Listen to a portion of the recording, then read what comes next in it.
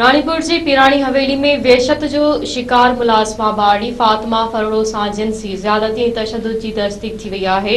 ख़बरगुशाई कंदड़ medical board तरफ़ां मुलाज़िमा बाड़ी जी पोस्टमार्टम जी शुरूआती रिपोर्ट जारी कई वई आहे, जंहिं ते बोर्ड जे 8 डॉक्टरनि जी सही थियल आहे। रिपोर्ट में चयो वियो आहे त निंगरी जे सॼे जिस्म ते तशद्दुद जा निशान हुआ। पुलिस ज़रियनि मूजिब शुरूआती रिपोर्ट में निंगरी फातिमा सां जिनसी ज़्यादती जी तस्दीक थी वई आहे। ॿिए तरफ़ रानीपुर जे पिरानी हवेली में ऑपरेशन ऐं समूरनि मर्दनि जे DNA कराइण जो फ़ैसिलो कयो वियो आहे। उन हवाले सां DIG जावेद जसकाणी चयो आहे त पिरानी हवेली में पुलिस कैंप क़ाइमु कई वेंदी।